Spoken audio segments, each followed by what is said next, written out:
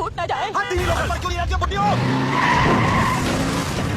बच्चों को संभालना।